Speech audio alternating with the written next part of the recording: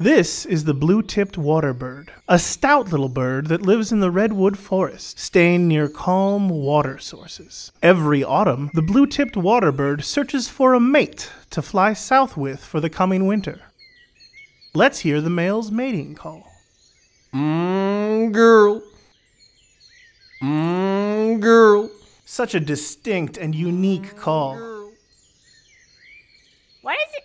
Ah, here is a female. What is it? Such strange, graceful creatures.